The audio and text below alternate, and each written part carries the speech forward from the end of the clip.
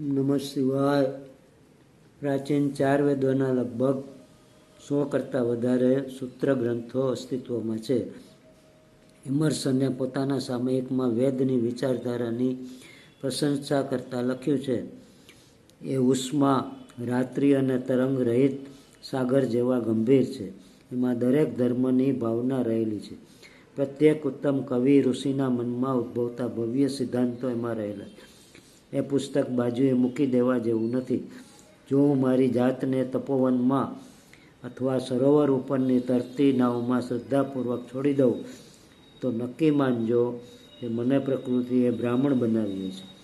શાશ્વત આવશ્યકતા, શાશ્વત બદલો, અગાધ શક્તિ અને અચળ બનાવ્યો છે. શાશ્વત આવશ્યકતા, શાશ્વત બદલો, શાંતિનું ત્યાં સામ્રાજ્ય છે. આ એનો માર્ગ છે. એમણે મને બોધ આપ્યો કે શાંતિ અને પવિત્રતા અને એકાંતિક ત્યાગ આ સાધનો સર્વ પાપોને ભસ્મ કરશે અને આપણને અષ્ટદેવતાના મંડળમાં આનંદલોકમાં લાવી મૂકશે. ઓમ નમઃ શિવાય. ઓમ નમઃ શિવાય. મહાદેવ હારા.